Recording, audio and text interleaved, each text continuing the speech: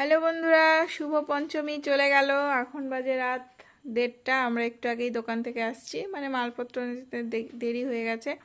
আর এই তোমাদের দাদাভাই ক্লান্ত শরীরে ঘুমিয়ে পড়েছে। আমার এই যে ঘর দুয়ারের অবস্থা একদমই শোচনীয়। আর আদি বেজে দেখো, এখন বলছি যে ঘুমিয়ে পর, হ্যান্ড ওয়াশটা সকালবেলা ঠিক করবি। হ্যান্ড ওয়াশটা এখন সে বোতলে ঢালবে, তারপরে হাত ধোবে, তারপরে শোবে। তো সবাই কেমন পূজা কাটাচ্ছ অবশ্যই কমেন্ট করে জানিও। এই যে দেখো কটা বাজে,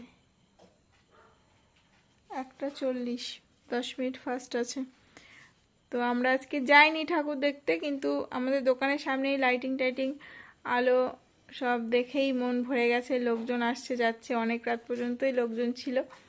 তার সাথে সাথে বউগ্রামের ঠাকুর দেখিনি, কিন্তু বাইরে থেকে প্যান্ডেল ট্যান্ডেল দেখে আসলাম, সুন্দর করে সাজিয়েছে।